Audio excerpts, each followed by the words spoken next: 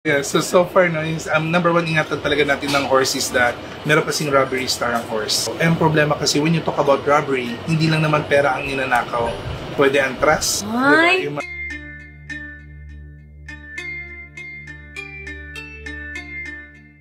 Marami nga ang nagulantang sa naging hula ng isang feng shui expert dahil nahulaan nito ang pagtatraidor at panluloko kay Kim Chu ng isang tao na malapit sa kanya. Ito'y matapos magsampa ni Kim Chu ng kasong qualified theft laban sa kanyang kapatid na pinagkatiwalaan niya ng sobra-sobra. Ang naturang video ay inilabas ng ilang fans ng aktres sa social media, ang isang video clip mula sa vlog ni Kim na in-upload noong Chinese New Year noong nakaraang taon lang. Base sa video na ipinost sa ex-post ni Chin Che-kyung, nabanggit nga ng feng shui expert na si Johnson Chua na may posibilidad na manakawan at maloko si Kim ng tao na pinagkakatiwalaan niya, base sa zodiac forecast. Ayon sa nakakakilabot na hula ni Johnson, bakit ko binaba ngayon yung horse? Kasi meron tayong ilang things na kailangang ingatan, ang number 1 talagang iingatan natin ang horse, mayroon kasing robbery star ang horse. Aniya pa sa aktres, ang problema kasi, when you talk about robbery, hindi lang naman pera ang ninanakaw, pwede ang trust, di ba, yung mga ganong klase.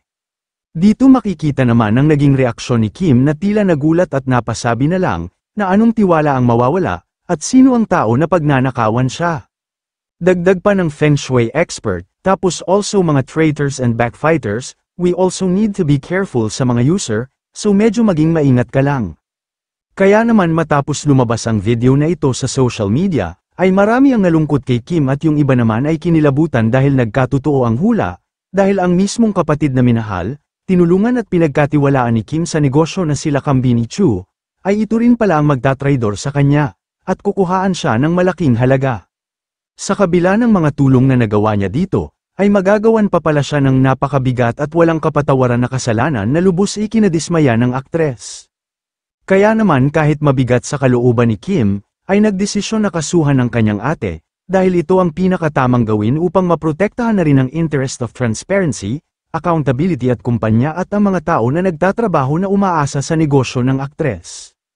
Samantala, kung matatandaan, matagal nang usap-usapan sa social media ang tungkol sa hidwaan ni Kim at Lakambini na nag-ugat umano sa isyu ng pera at sa itinayo nilang negosyo. Matatandaan na noong August pa lang ay pumutok na ang balita na ito nang isiwalat ng mga showbiz columnist ang tungkol sa isyu na ito, na hanggang nakumpirma na nga dahil sa pagsasampa ng kaso ni Kim laban sa kanyang ate.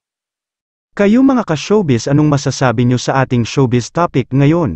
Kung may opinion kayo ay magkomento lang kayo sa aking comment section. At syempre kung bago pa lang kayo sa aking channel ay mag-subscribe na kayo para lagi kayong updated sa mga showbiz trends na ina-upload ko. Maraming salamat po.